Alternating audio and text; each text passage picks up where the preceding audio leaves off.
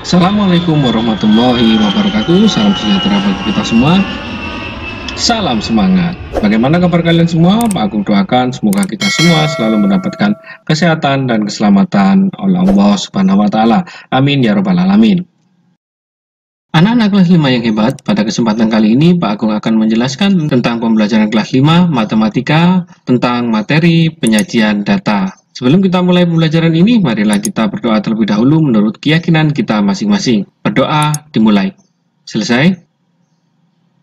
Kompetensi dasar penyajian data 3.8 adalah menjelaskan penyajian data yang berkaitan dengan diri peserta didik dan membandingkan dengan data dari lingkungan sekitar dalam bentuk daftar, tabel, diagram gambar, atau piktogram, diagram batang, atau diagram garis. Tujuan pembelajaran kita kali ini adalah sebagai berikut.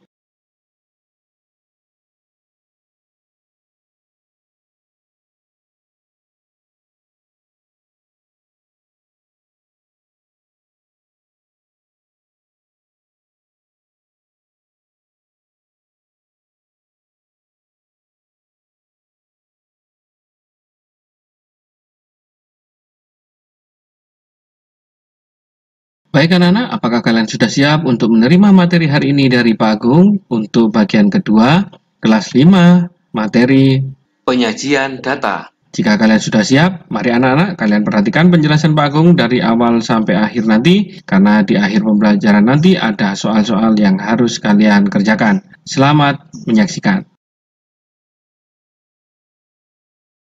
Penyajian data.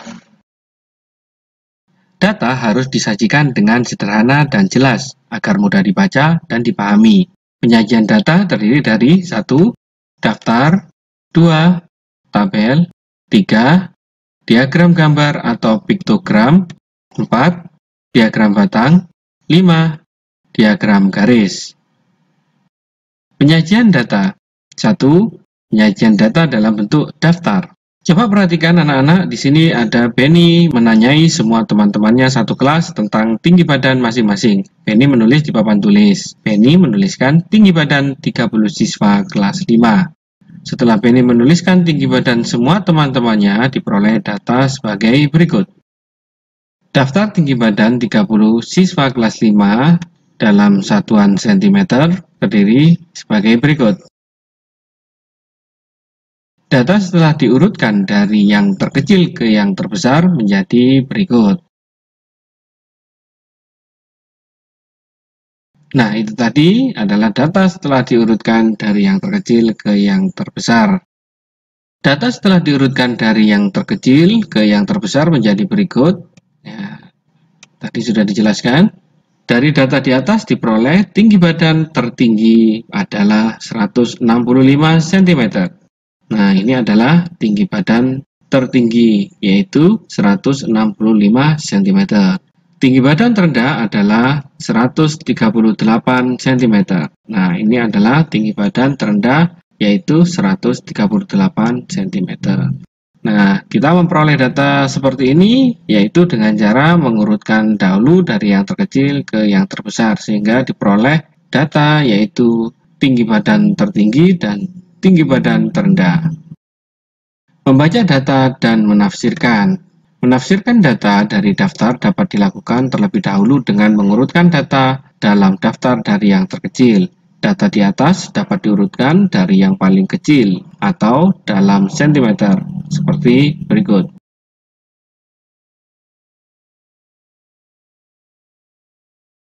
Berdasarkan daftar data di atas diperoleh hasil seperti berikut. Data terendah adalah 138 cm. Siswa yang memiliki tinggi badan 138 cm adalah 2 anak. Data tertinggi adalah 165 cm. Siswa yang memiliki tinggi badan 138 cm ada 2 anak. Coba perhatikan panah berikut. Nah, ini adalah tinggi badan anak 138 cm. Jadi ada 2. Siswa yang memiliki tinggi badan 140 cm adalah 2 anak. Coba kita perhatikan panah berikut. 1, 2. Jadi ada 2 yang tinggi badannya 140 cm. Siswa yang memiliki tinggi badan 142 cm adalah 2 anak. Perhatikan di sini 1, 2. Ya, berarti ada 2 anak yang tingginya 142 cm. Kemudian siswa yang memiliki tinggi badan 143 cm ada 1 anak. Dan seterusnya.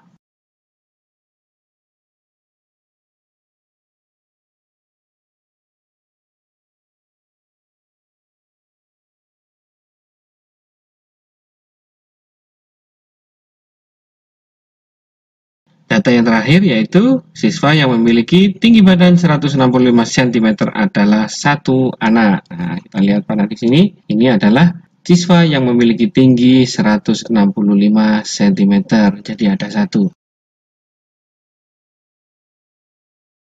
Data terendah adalah 138 cm, siswa yang memiliki tinggi 138 cm adalah 2 anak.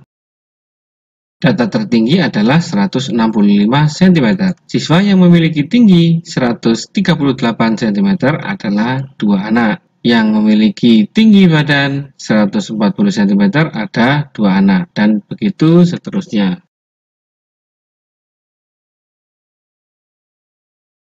Jadi, kesimpulannya, penyajian data dalam bentuk daftar adalah membaca dan menafsirkan data dari daftar dapat dilakukan terlebih dahulu dengan menulis keseluruhan data dan mengurutkan data dalam daftar dari yang terkecil sampai dari yang terbesar, sehingga dapat diperoleh data yang diinginkan. Nah, itu tadi adalah kesimpulan tentang penyajian data dalam bentuk daftar.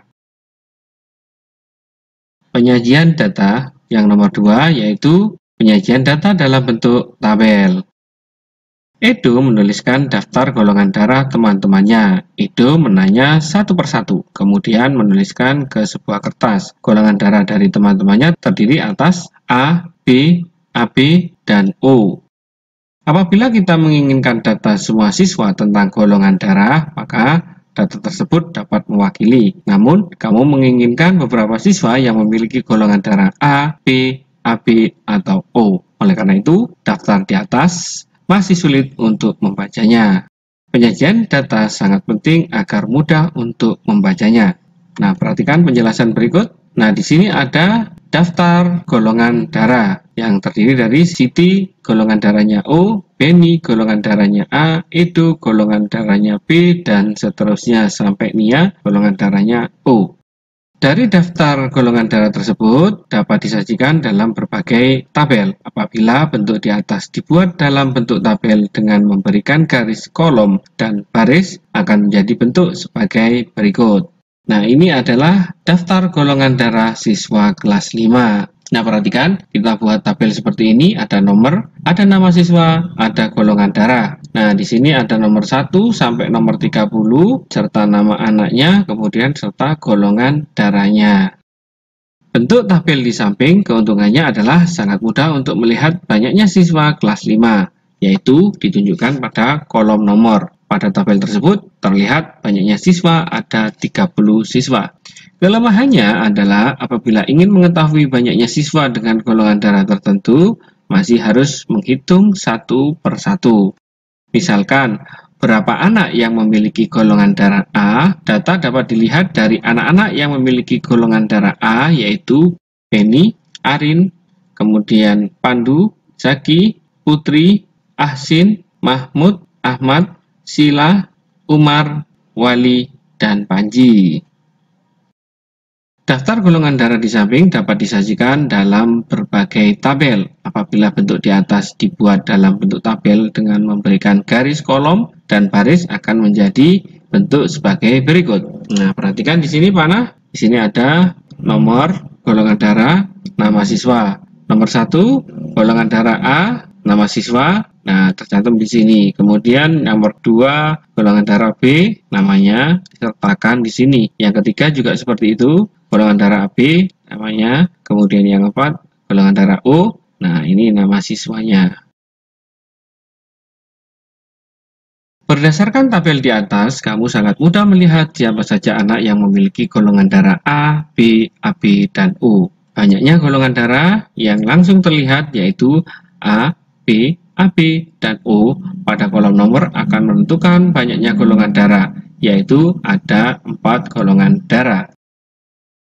Pada kolom nomor akan menentukan banyaknya golongan darah, yaitu ada 4 golongan darah. 1. Golongan darah A adalah 12 anak. 2. Golongan darah B ada 7 anak. 3. Golongan darah AB ada 3 anak. 4. Golongan darah O ada 8 anak.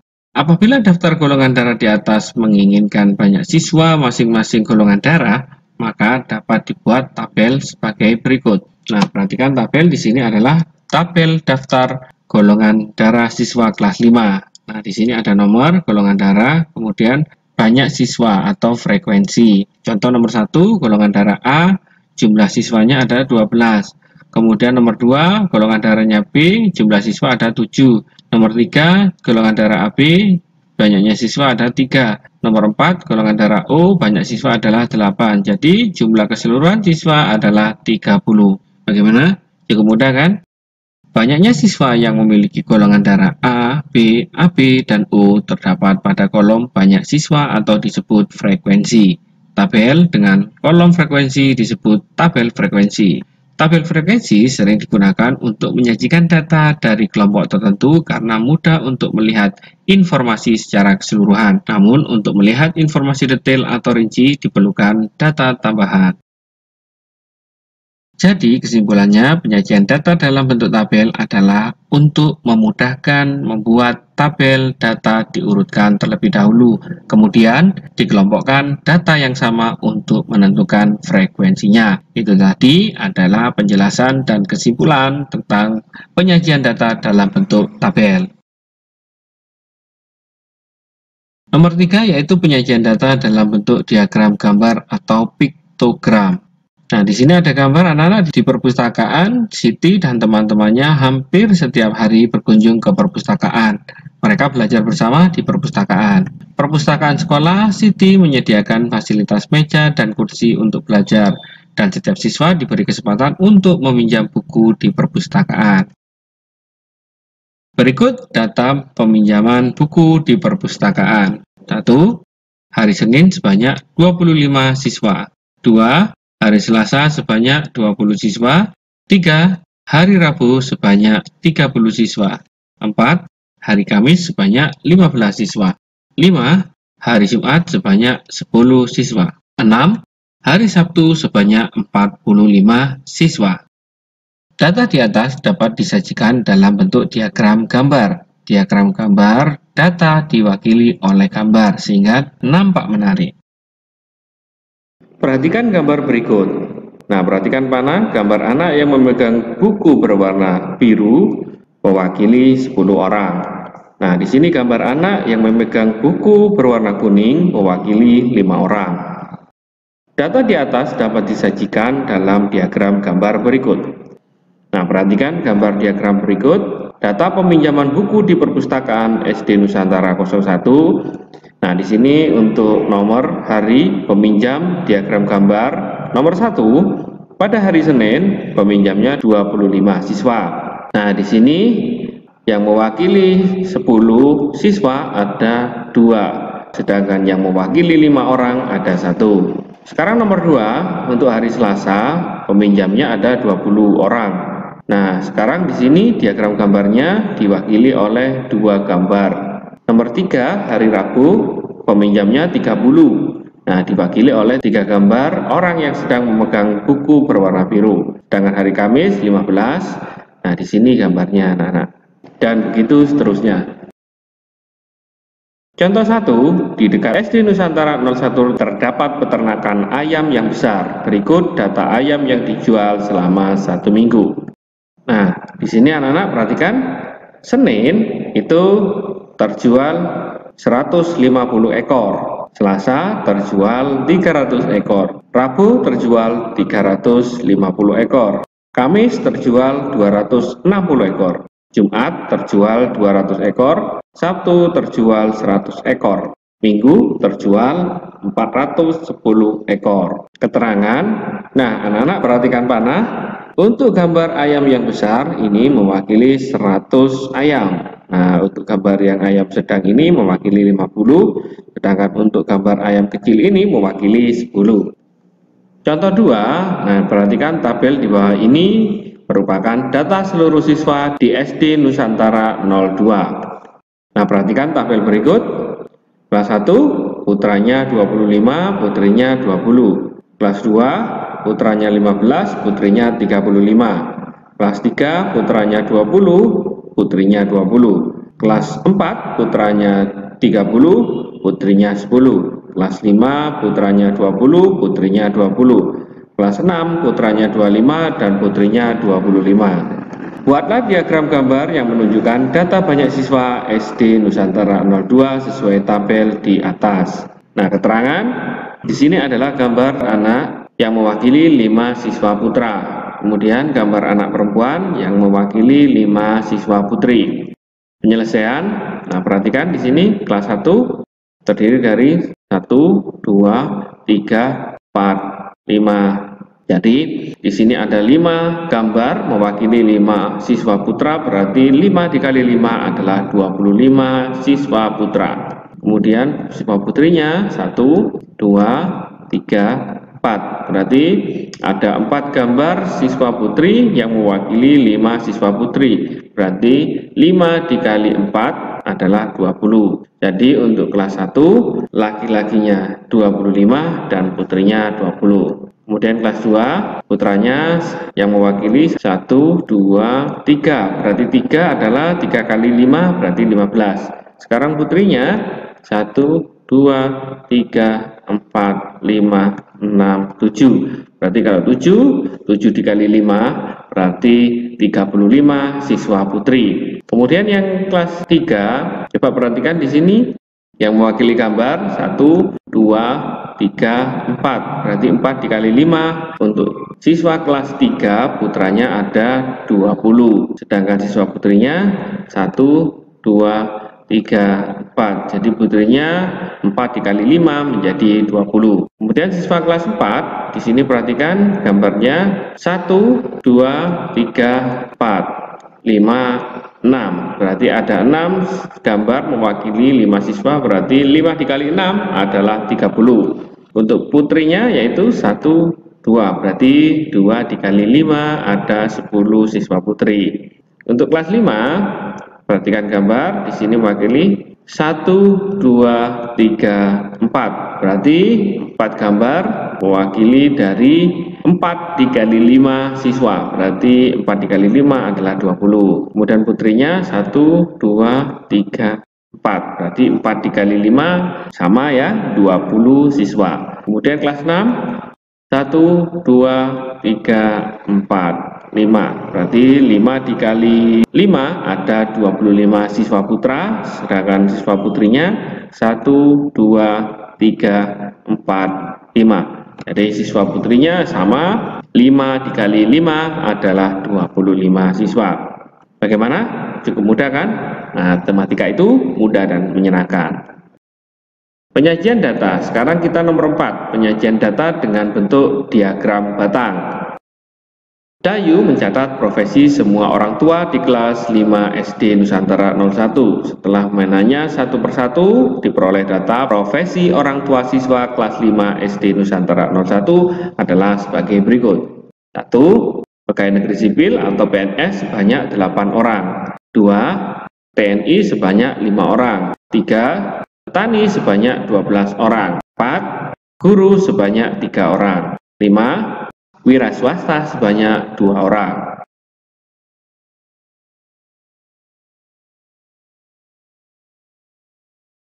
Diagram batang dari data di samping adalah sebagai berikut. Nomor 1, PNS sebanyak 8 orang. Perhatikan gambar diagram batangnya. Nah, ini PNS anak-anak sebanyak 8. Kemudian yang kedua, TNI sebanyak 5 orang. Perhatikan gambarnya. Nah, di sini TNI sebanyak 5 orang. Kemudian nomor 3, petani sebanyak 12 orang. Nah, di sini petani sebanyak 12 orang. Kemudian guru sebanyak 3 orang. Nah, ini guru sebanyak 3 orang. Kemudian wira swasta sebanyak 2 orang. Nah, ini anak-anak. Cukup jelas ya? Ya, jadi data yang diperoleh dari menanya satu persatu siswa kita lihat digambarkan lewat diagram batang di samping ini. Contoh 1. Tabel berikut adalah data nilai ulangan matematika siswa kelas 6. Nah, di sini ada tabel, nilai, dan banyaknya siswa. Buatlah diagram batang dari data di atas. Diagram batang dari data di samping adalah sebagai berikut. Penyelesaian 1, 2, 3, 4, 5, 6, 7, 8, 9, 10. Nah, ini adalah banyaknya siswa. Kemudian ada 4, 5, 6, 7, 8, 9, 10. Nah, di sini adalah nilai. Berdasarkan diagram di samping dapat diperoleh hasil berikut. Siswa yang mendapatkan nilai 4 ada 2 anak. Nah, ini untuk siswa yang mendapatkan nilai 4 ada 2 anak. Kemudian siswa yang mendapatkan nilai 5 adalah 6 anak.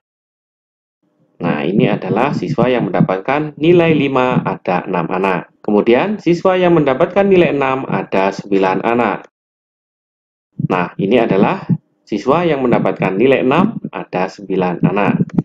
Kemudian berikutnya siswa yang mendapatkan nilai 7 ada 8 anak. Nah, ini kita tampilkan.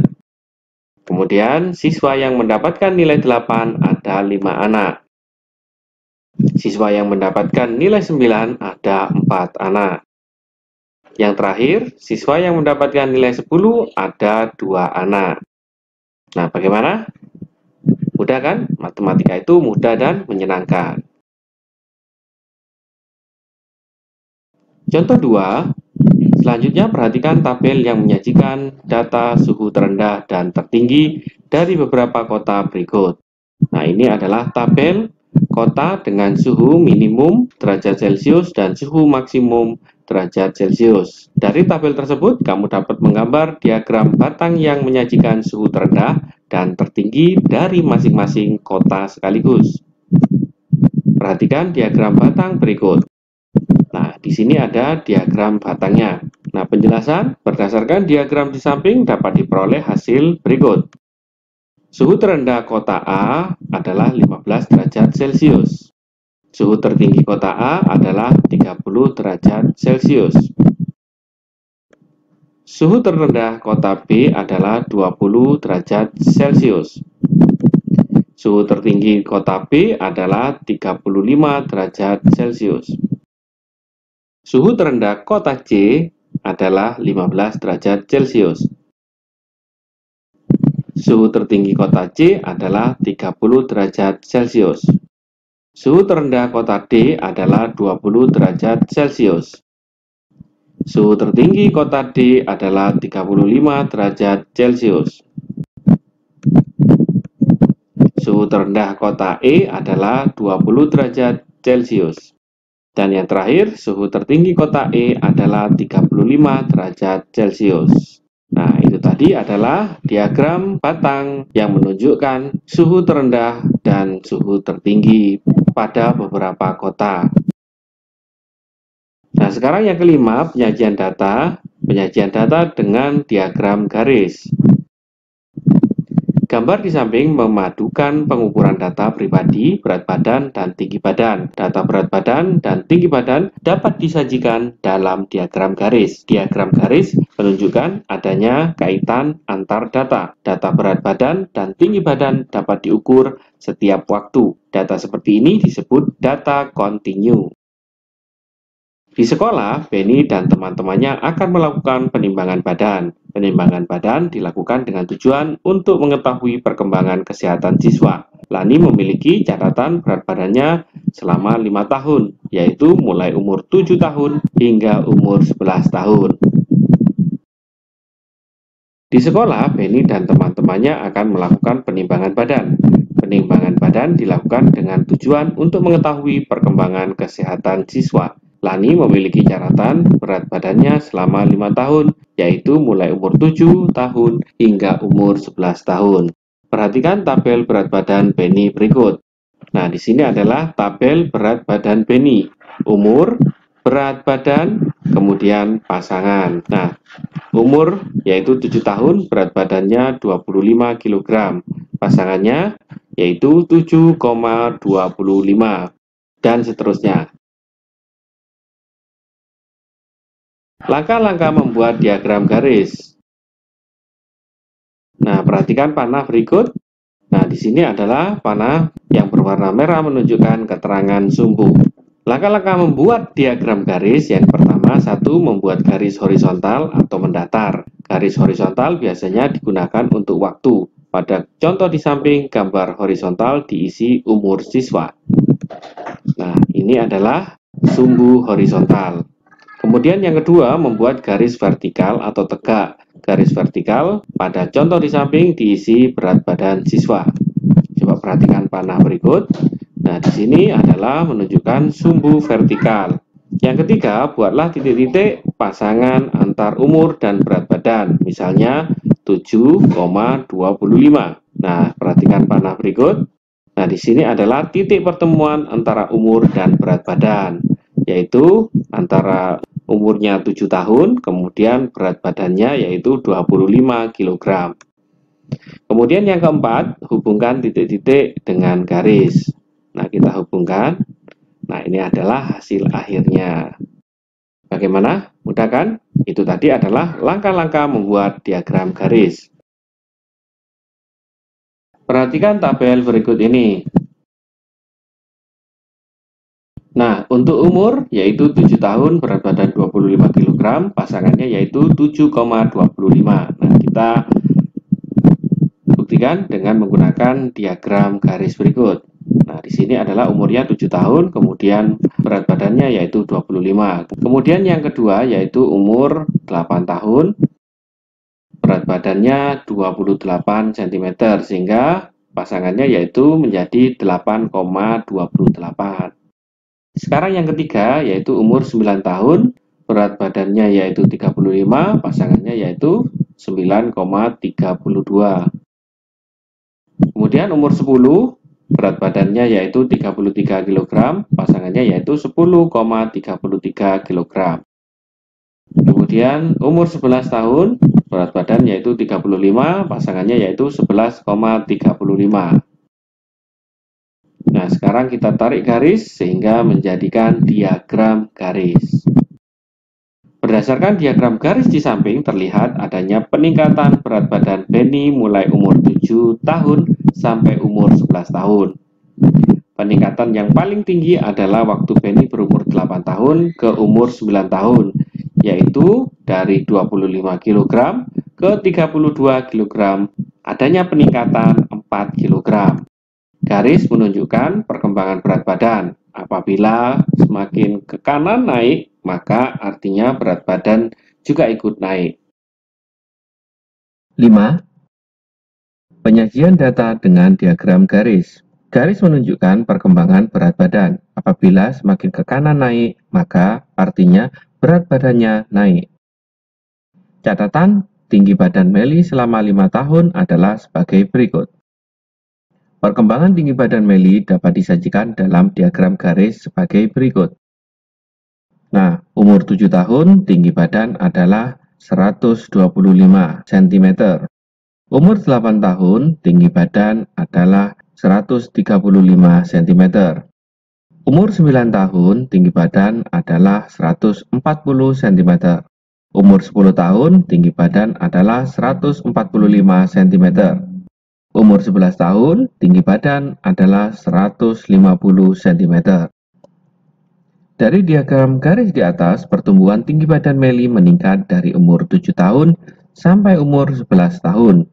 Peningkatan tertinggi ketika Meli umur 7 tahun ke umur 8 tahun. Nah, kemudian kita akan memberikan garis penghubung. Nah, itu tadi adalah contoh menyajikan data dengan diagram garis. Tugas kalian di rumah adalah jawablah pertanyaan-pertanyaan di bawah ini. Nah, anak-anak perhatikan, di sini ada pertanyaan yang harus kalian kerjakan. Jika kalian memperhatikan penjelasan Pak Agung mulai dari awal tadi sampai akhir ini, kalian akan mudah dalam menjawab pertanyaan-pertanyaan berikut. Sebelum mengerjakan, jangan lupa kalian berdoa terlebih dahulu supaya diberikan kemudahan berpikir dan kecerdasan dari Allah Subhanahu wa taala. Amin ya rabbal alamin. Selamat mengerjakan dan tetap semangat.